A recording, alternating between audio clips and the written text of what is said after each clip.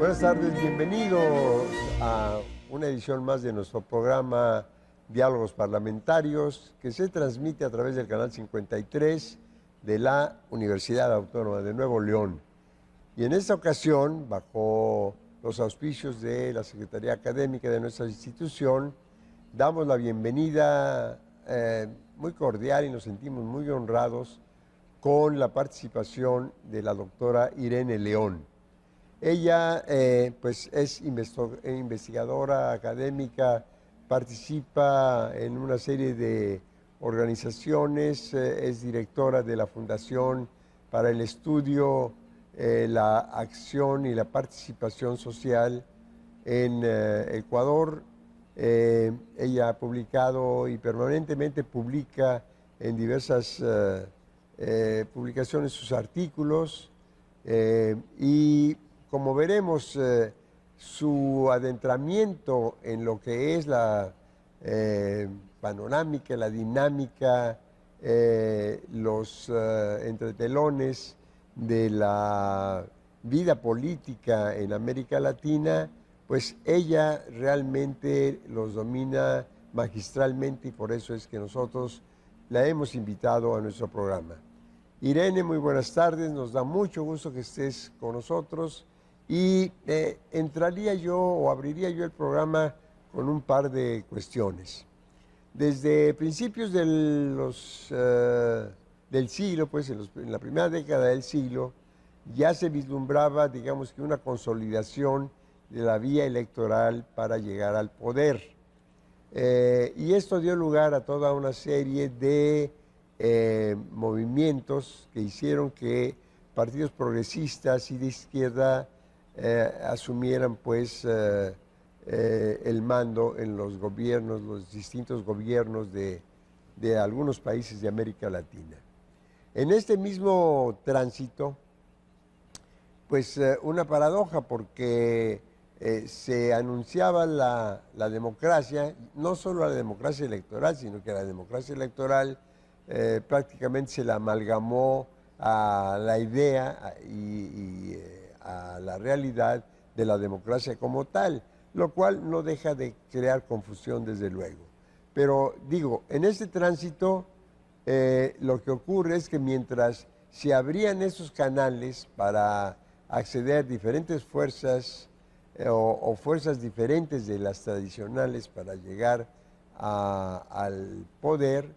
pues se ampliaba más la brecha entre ricos y pobres, se concentraba la riqueza y se ampliaba la pobreza. Entonces, sobre esto yo quisiera que empezáramos a reflexionar, que tú nos dieras tus puntos de vista y sobre esto en el siguiente bloque ampliaríamos con otras cuestiones para terminar en el último bloque, cada uno de ellos de 15 minutos, si te parece bien. Y nuevamente, pues, gracias por su participación. Adelante, por favor. Muchas gracias, Abraham. Muy grata estar en tu programa. Verdaderamente es un honor compartir estos momentos contigo, con tu audiencia. Creo que estás poniendo una pregunta que tiene varias aristas y complejidades. Quizá la primera es en cierta medida sistémica, puesto que estamos hablando de un proceso de retorno a la democracia en América Latina y el Caribe que es simultáneo con el anclaje del neoliberalismo en la región. Ahí voy un poquito más atrás del periodo que hablas para recordar, por ejemplo, que la dictadura de Pinochet es una de las más reputadas por haber introducido incluso el neoliberalismo como propuesta sistémica a la región, con todo lo que eso implica, y marca un hito en esa materia, puesto que una de las características de este ciclo del capitalismo, de la globalización llamada neoliberalismo, como indica la fase de las dictaduras, se impone con mucha violencia y por ende con prácticas muy antidemocráticas. Entonces hablamos de varias décadas ya que en la región estamos bajo el predominio de ese sistema del neoliberalismo. Entre sus características está aquella de desdecir de la política. El neoliberalismo es una propuesta de mercado que apunta hacia la consolidación del mercado total en el mundo entero y eso implica un giro de los enfoques, de las visiones de la democracia que hemos tenido hasta que se consolidó el neoliberalismo hacia otras formas. Entonces, bueno, entramos en esta fase que tú mencionas del retorno a las elecciones en América Latina y el Caribe y a nuevas propuestas políticas que despuntan con el siglo XXI, con esa singularidad. Es decir, entramos a una nueva fase del enfoque y de las prácticas democráticas con este antecedente. El neoliberalismo ya se posesionó de la región con distintas prácticas violentas. Ahí, por ejemplo, es interesante la lectura de este libro, La doctrina de shock, de Naomi Klein, que describe varios hechos que representan esta situación. Pero al fin, entonces llegamos a esta fase del inicio de siglo con esta disminución del enfoque de democracia y con prácticas de democracias llamadas restringidas. Y una búsqueda en la región latinoamericana y del Caribe de construir conceptos propios para nombrar unas prácticas democráticas a la altura de lo que la región espera. Pero al fin, sí, dime, Abraham, ¿querías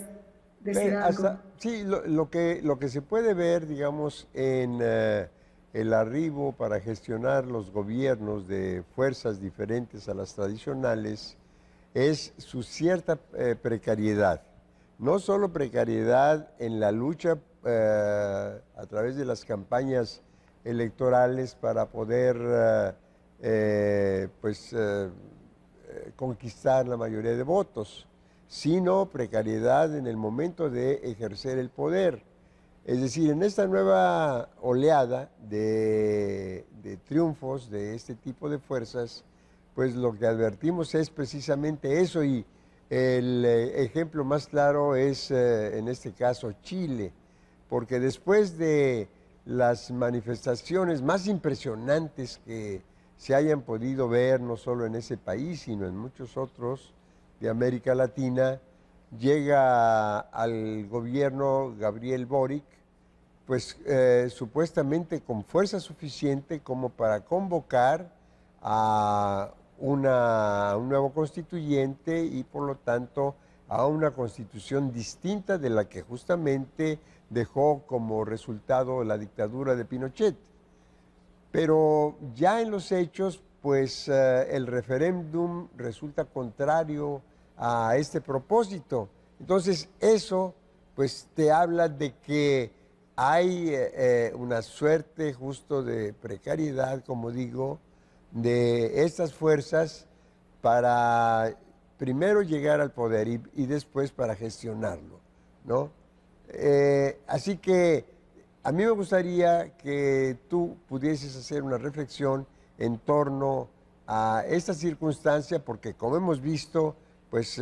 incluso en ciertos países, quienes están en el poder como representantes de estas fuerzas, pues son desalojados, ¿no? Ya sea por la vía legal o vía judicial más bien, o por la vía pues de ciertas maniobras de carácter aparentemente legal. Estoy hablando, por ejemplo, pues de Brasil, ¿no? Lo que sucedió con Dilma Rousseff o lo que sucedió con Pedro Castillo en Perú.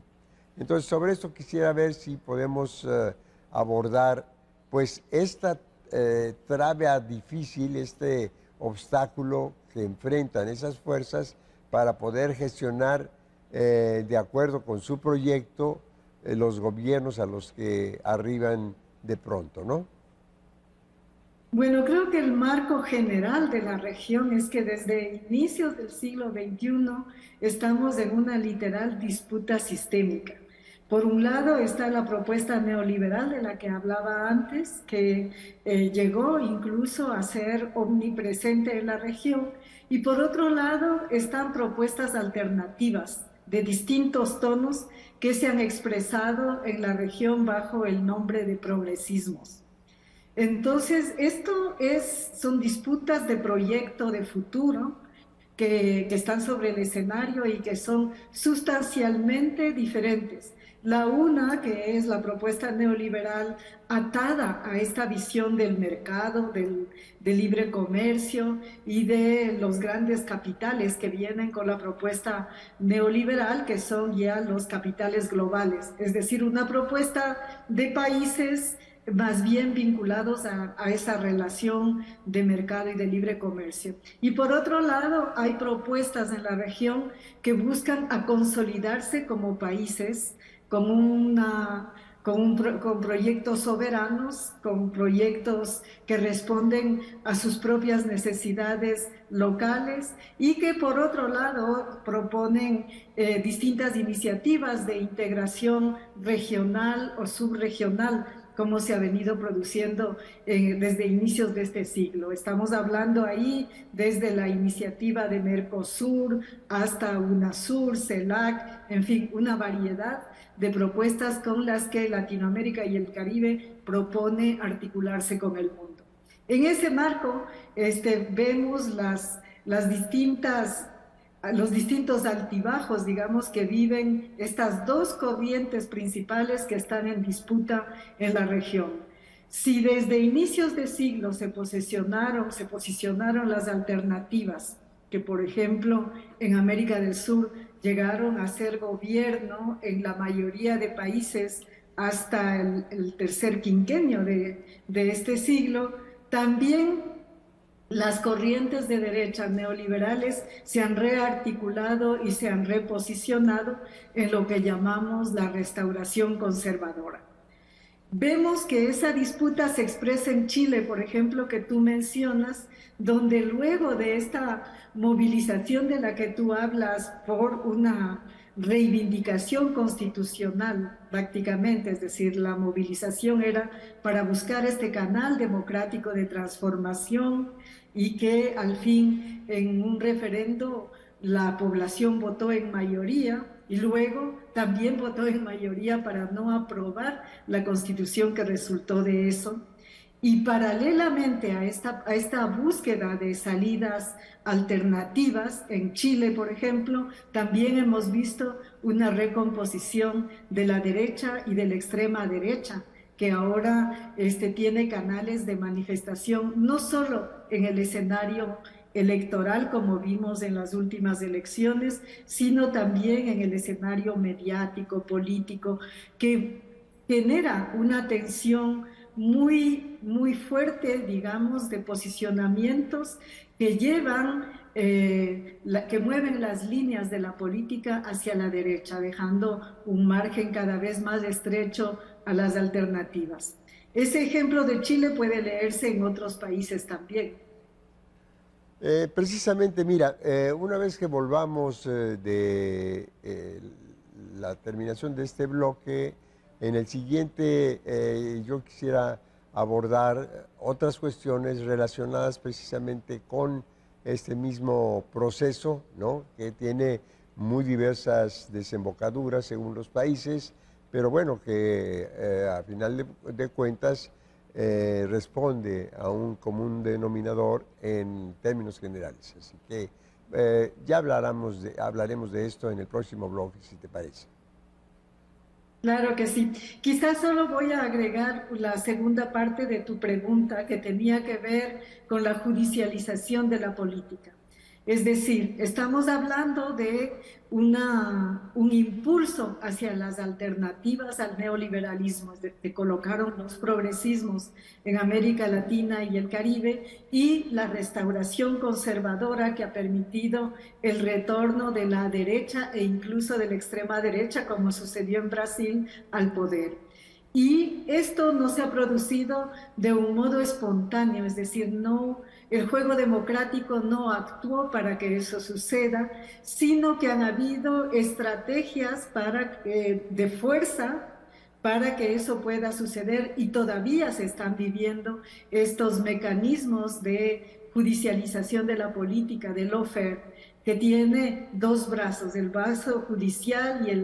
y el brazo mediático para perseguir a las propuestas progresistas. Solo así, por ejemplo, se explica que Bolsonaro llegó al poder en Brasil con la judicialización de Lula y el encarcelamiento de Lula por estos mecanismos de lawfare que ahora ya se han comprobado que eran completamente ficticios, que fueron un invento mediático y judicial para impedir el juego democrático normal. Entonces estamos viendo que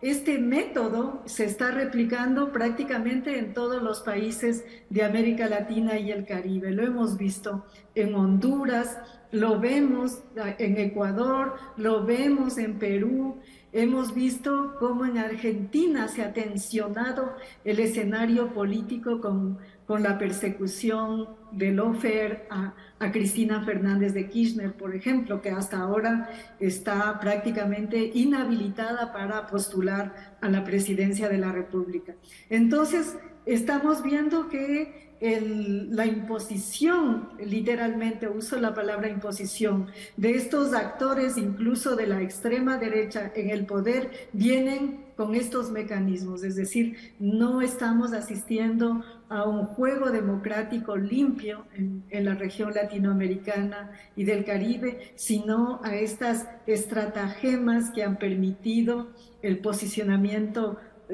muchas veces retrógrado de la extrema derecha y la derecha, dejando al progresismo en una cierta inafección frente al juego electoral, por ejemplo, como sucede en Ecuador.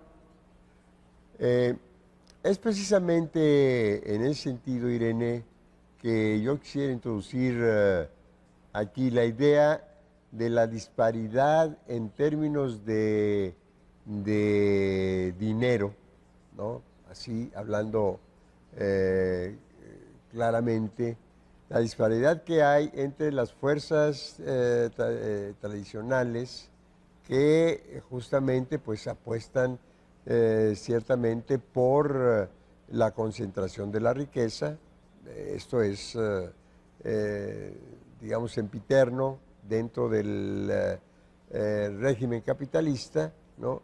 Y estas nuevas fuerzas que se van perfilando como sus representantes y sus gestores, es decir, las fuerzas de la derecha, y estas que se han radicalizado y que desde el punto de vista, digamos, de la narrativa, pues simplemente lo que ocurre es que manejan conceptos distintos, rituales distintos, pero que finalmente coinciden en lo fundamental: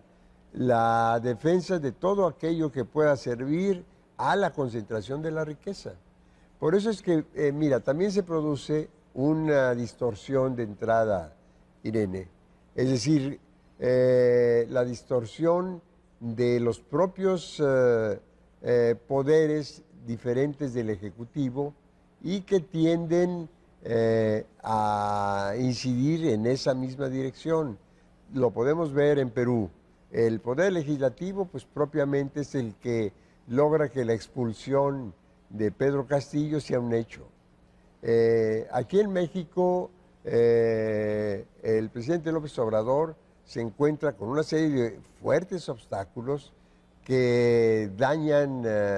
necesariamente a la mayor población posible, porque el poder judicial pues se encarga justamente de estar en concordancia con las fuerzas de derecha o con las fuerzas que representan la mayor concentración de capital. Así que sobre esto pues esas fuerzas que empezaron a emerger desde el punto de vista electoral a fines del siglo pasado y que se han ido consolidando a lo largo de estas dos primeras décadas y lo que va de la segunda, pues se enfrentan a una desventaja de origen. O bien esa desventaja también da lugar a una distorsión que es la de distraer fondos públicos para financiar las campañas. Pues de otra manera no se podría entender de dónde pueden resultar los recursos para financiar el tipo de campañas políticas que se estilan y que debieran desaparecer francamente del panorama para dar lugar a un formato más democrático en donde no se tuvieran que distribuir los recursos que finalmente son de todos, ¿no? Ya sea que sean en manos privadas o en manos públicas, pero que se generan desde la misma fuente y que sirven generalmente pues para los gastos de campaña. Esto realmente creo que introduce una distorsión y es contrario absolutamente a cualquier idea democrática. No sé qué es lo que tú opines en torno a esto. Así es, estoy completamente de acuerdo con ese planteo. Yo creo que podemos, como para esquematizar esto, poner una disyuntiva. Por un lado tenemos un proyecto de redistribución y bien común, y por otro lado tenemos de privatización e individualización de todo. Entonces, son dos propuestas diferentes que tienen una expresión en la política. Por un lado, tiene como asidero la propuesta de estados, que es lo que hasta el siglo XXI vivimos, y por otro lado, en la visión del capitalismo de mercado del siglo XXI, se está apuntando cada vez más a la desaparición del Estado y el mercado total, como dijimos, es decir, la hegemonía, un rediseño del todo a partir de las grandes fuerzas corporativas y del capital. Estas se expresan cada vez más en el escenario político electoral como sector de interés, no como un proyecto político colectivo que están en contra, sino como el sector privado se expresa como un sector de interés que quiere llegar al poder del Estado para unos fines, que por lo general es un plan de negocios o varios planes de negocios combinados, planes de negocios que tienen que ver con la gran riqueza de recursos que tiene América Latina y el Caribe, planes de negocios que tienen que ver con producción, con exportación, con anclaje del capital financiero, en fin, ese es el proyecto que está cada vez más de modo transparente expresado en los escenarios electorales. Por otro lado, la propuesta de país, de construcción de una suerte de bien común y de redistribución que han planteado principalmente los progresismos, tiene todavía un planteo de construcción política, de producir actores políticos para responder a un proyecto colectivo. Entonces, entre el plan de negocios de los unos y la propuesta de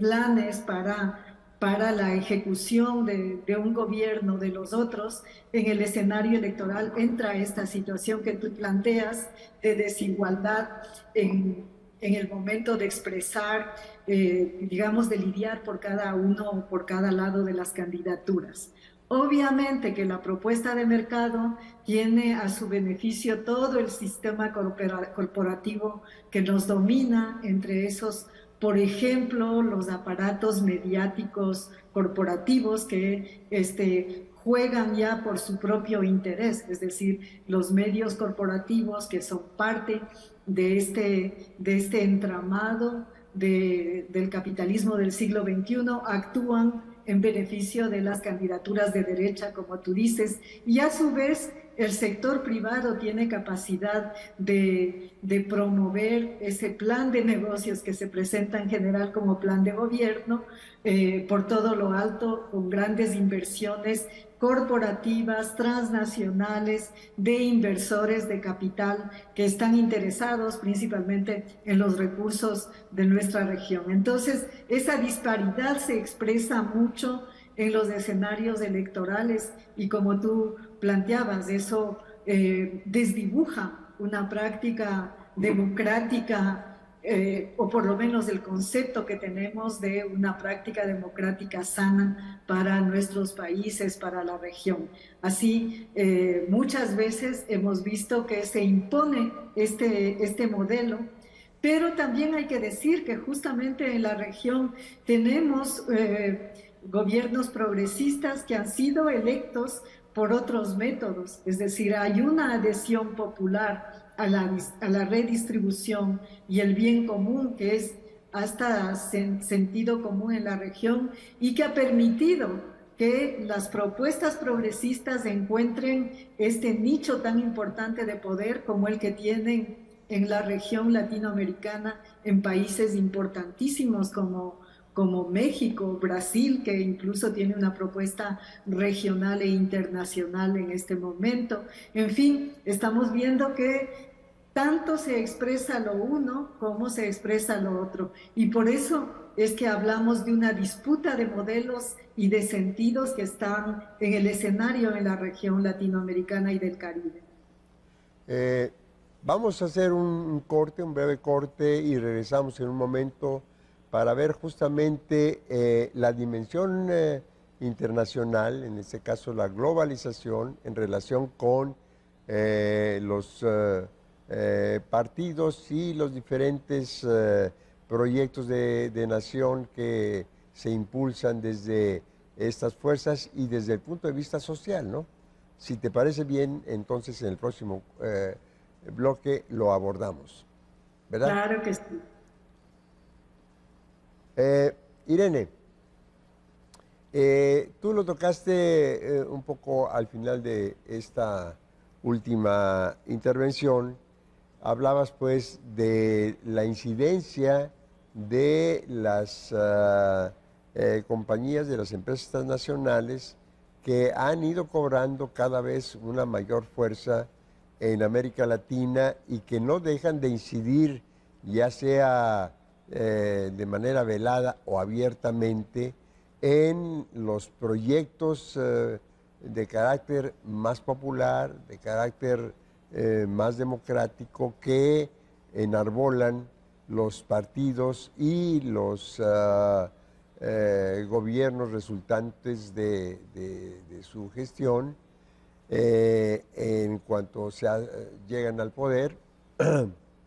porque se topan justamente con intereses que están absolutamente fuera del control de lo que son las fuerzas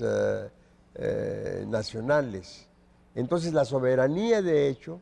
está muy comprometida en nuestros días en relación precisamente con estas fuerzas. Y yo quisiera abordar precisamente este último bloque en relación con la presencia de las empresas transnacionales,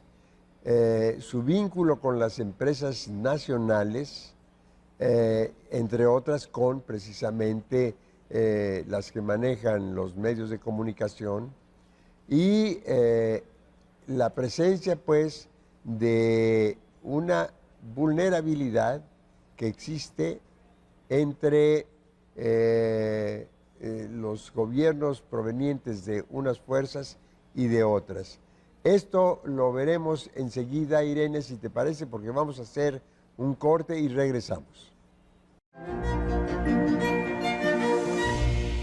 Irene, sobre esto que comentábamos antes en torno a la presencia de las transnacionales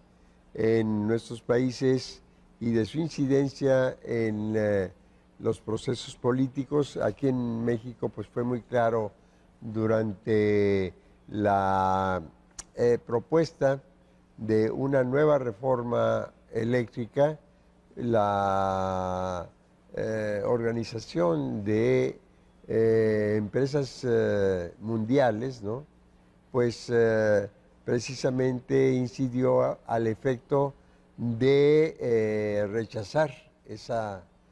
reforma y no se hizo efectiva, lo cual pues en los hechos daña no solo la economía nacional, la soberanía estratégica del país y desde luego a los consumidores, ¿no? A los consumidores, digamos, domésticos. Finalmente, las industrias de regular tamaño y de ahí para arriba, pues suelen contar con una serie de mecanismos como para defenderse de cualquier alteración en las tarifas eléctricas. Así que esto sería en primer lugar. Y en segundo lugar, que trataras tú de aterrizar, si eso es posible, en el análisis en torno a lo que fueron las últimas elecciones, las recientes elecciones en Ecuador, que tú conoces muy bien. Así que adelante, por favor, Irene. Bueno, creo que para hablar de las corporaciones transnacionales que hasta hace un par de décadas podíamos nombrarlas una por una, hay que decir que estamos en una nueva fase en la que estas mismas corporaciones transnacionales que antes se veían como las grandes, enormes fuerzas que dominaban la extracción de recursos, por ejemplo, en la región, ahora estas mismas son parte de mayores conglomerados que podemos visualizar en las corporaciones de inversión, es decir, una mezcla de sector financiero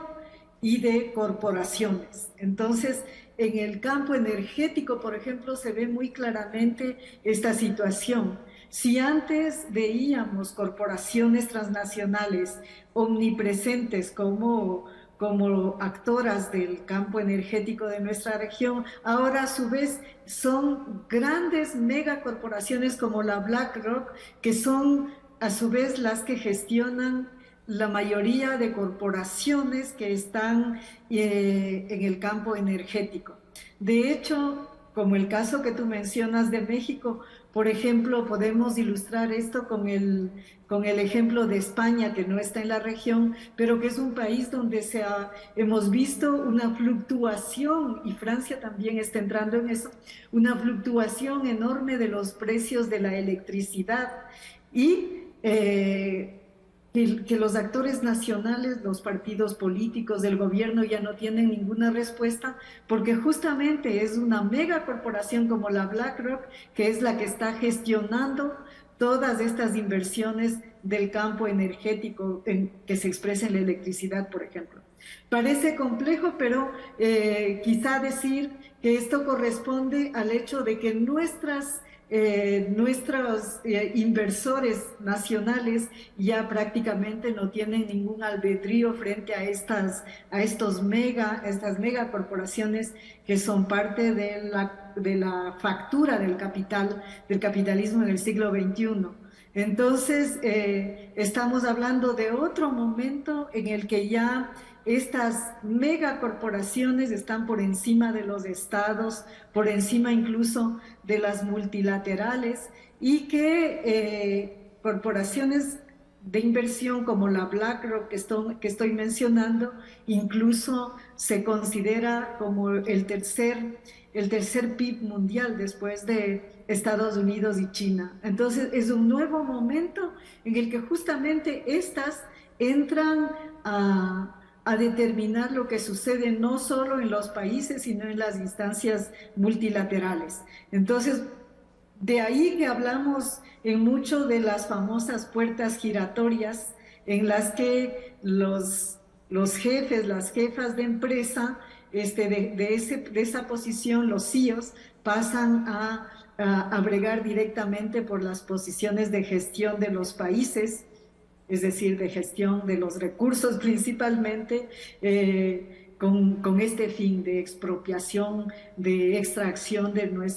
de nuestros recursos y de manejo de todo el campo energético y de todos los campos. Así que, ¿cómo se expresa esto en el campo electoral? Sin duda con representaciones como las que vemos cada vez más de actores de ese sector, es decir, de actores nacionales vinculados a ese mundo corporativo internacional, como lo fue el expresidente Macri de Argentina, por ejemplo, y como él, muchos otros en la región, que ya llegan al poder para gobernar en beneficio de ese actor del capitalismo. Es decir, ya como vemos, no abogan mucho por su país, sino por la inversión corporativa transnacional. Y en eso estamos en la región y sin duda los grandes países como México, Brasil, están en esa disputa, es decir, que en función de qué se organiza el país, en función de estas grandes articulaciones corporativas o en función de una propuesta aún tímida podría ser de bien común como persisten en algunos países. Así que nuestro campo democrático está permeado por ese nuevo momento del mundo corporativo en el que están en la cúspide del control del capital del siglo XXI las corporaciones, las megas corporaciones, el capital financiero, el complejo industrial militar, no solo el de Estados Unidos, otros complejos industriales militares también, y el nuevo bloque de capital que es aquel de los capitales ilícitos, que han ganado un espacio, un nicho en el mundo del libre mercado, que es este del que estoy describiendo. En ese están, en los capitales ilícitos está el narcotráfico, el tráfico de personas, la compra y venta de todo lo que tiene que ver con lo humano, los órganos, la naturaleza, partes de naturaleza, etcétera, etcétera, de modo que todavía se considera ilegal, pero que son parte ya de esta constitución, de esta configuración de mercado total que es en la que estamos ahora y frente a la cual se están proponiendo alternativas como las que se expresan en la región latinoamericana y del Caribe y también en el mundo que se expresa a través de la propuesta de construcción de un mundo multipolar. Entonces, nada puede interpretarse en este momento como de un solo lado. Por un lado, el capitalismo del siglo XXI viene con esta propuesta de recomposición a través de sus poderes fácticos, los poderes que acabo de mencionar, que son completamente actores privados, que incluso ya han declarado que el Estado es obsoleto, que ellos son los que deben dirigir el mundo. Y por otro lado están estas propuestas como las que se articulan en torno al mundo multipolar, que son propuestas que todavía creen en el Estado como el articulador de intereses colectivos. Ahí podemos simbolizar, por ejemplo, con el ejemplo de los BRICS, que se están ampliando, es decir, este consorcio de países considerados del sur, estamos hablando de Brasil, Rusia, China y Sudáfrica, que conformaron los BRICS y que ahora se están ampliando a un rango mayor de países, entre los cuales, por ejemplo, ya Argentina ha sido considerada para formar parte y que conforman un bloque de poder alternativo al poder a los poderes fácticos del capital expresados en este mundo corporativo que pretende rediseñar y controlar el mundo. En nuestros países vivimos eso muy de cerca y de modo muy potente, puesto que en América Latina y el Caribe, como sabemos, no solo somos el famoso reservorio de recursos energéticos, de recursos fósiles y otros que han sido tradicionales, de recursos agroalimentarios, en fin, sino que tenemos una gran reserva de todo lo que se requieren en el norte para esta transición que está nombrada como transición al capitalismo verde y digital. Entonces acá tenemos oxígeno, tenemos agua, tenemos N insumos que provienen del mundo verde que todavía tenemos en abundancia en la región y que están en disputa en este momento. Esta avalancha por los recursos para la reconstitución hacia el giro al capitalismo verde y digital, viene ya prácticamente con un control absoluto del sector corporativo, es decir, salen prácticamente del escenario las instancias de negociación bilateral entre países o de negociaciones en el escenario multilateral como en la ONU, incluso en la Organización Mundial de Comercio, sino que ya directamente son las corporaciones de corporaciones las que ingresan a transar sobre los recursos naturales, energéticos, fósiles de América Latina y el Caribe. Así que es un momento muy intenso frente a una realidad que se impone de ese modo, pero que Latinoamérica y el Caribe propone unas alternativas a través de las iniciativas progresistas, a través de las iniciativas de integración regional latinoamericana y del Caribe soberanas, que no son propuestas de libre comercio necesariamente, y a través de la articulación de esta integración regional como un modo de proponer la región latinoamericana y del Caribe como un polo de multipolaridad. Es decir, que uniéndonos podremos ser una potencia capaz de disputar un espacio en el escenario de esta nueva configuración de mundo multipolar. Así que, bueno, están las fuerzas del capital, pero también están nuestras propuestas de Latinoamérica y del Caribe, que se conjugan con otras propuestas principalmente del sur global y que ponen en tensión, digamos, un proyecto de futuro, no solo para la región, sino también para la humanidad. Ciertamente creo que todo esto que tú has planteado ya al final de tu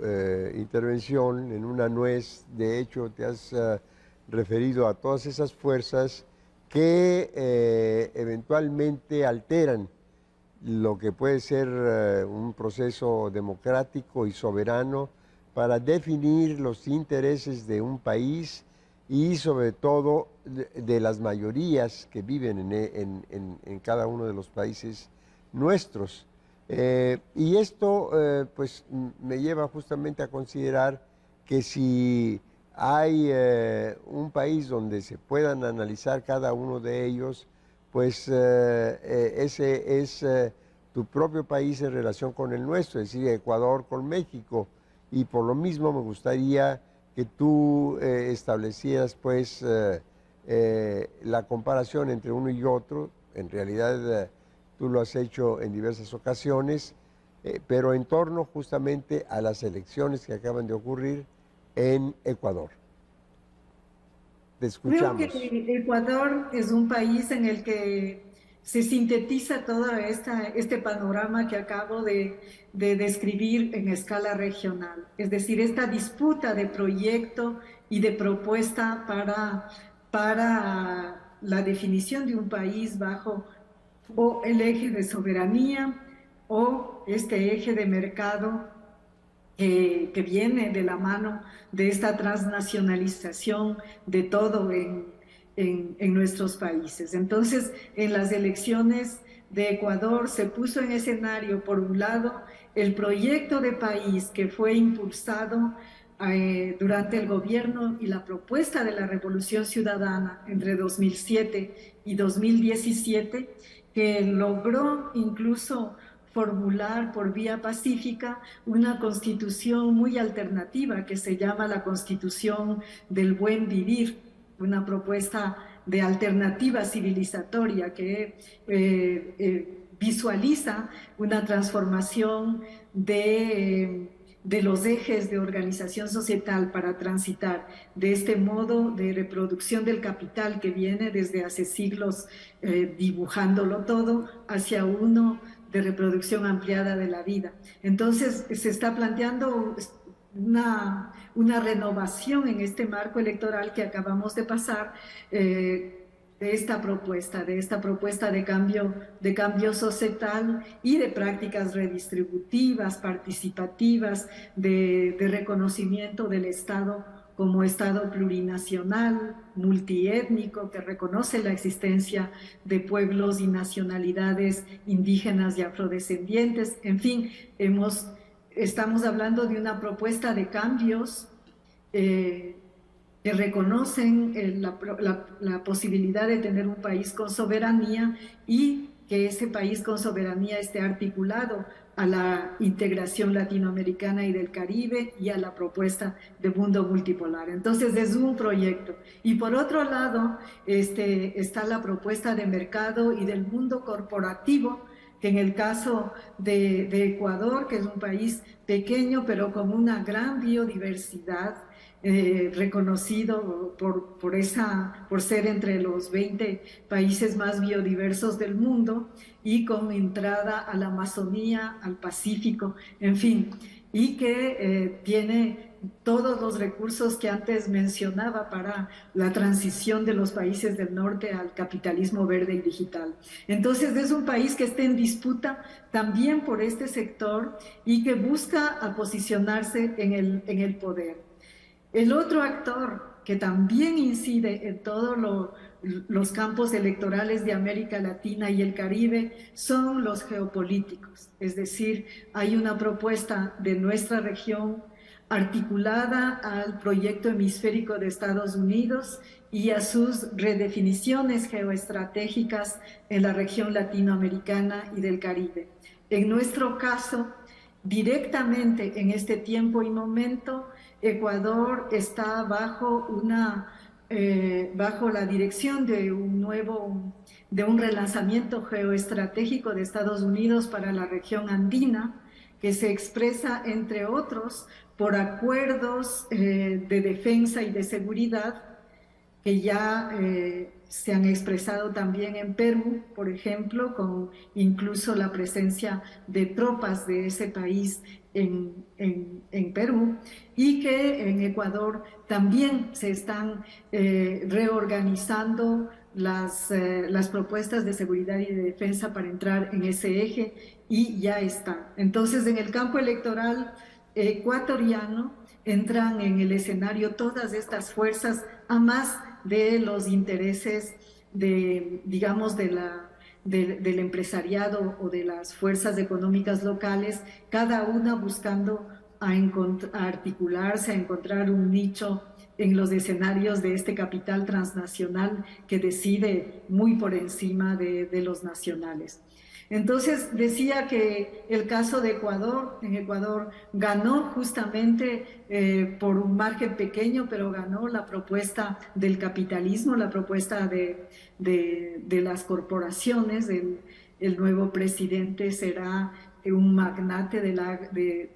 no era su familia del agronegocio, pero ahora es de un pool amplísimo interempresarial y financiero. Entonces ganó esa posibilidad, y no obstante creo que la clave es cómo todas estas fuerzas conjugadas del neoliberalismo, del capitalismo, han pesado en la balanza frente a la decisión de un país soberano.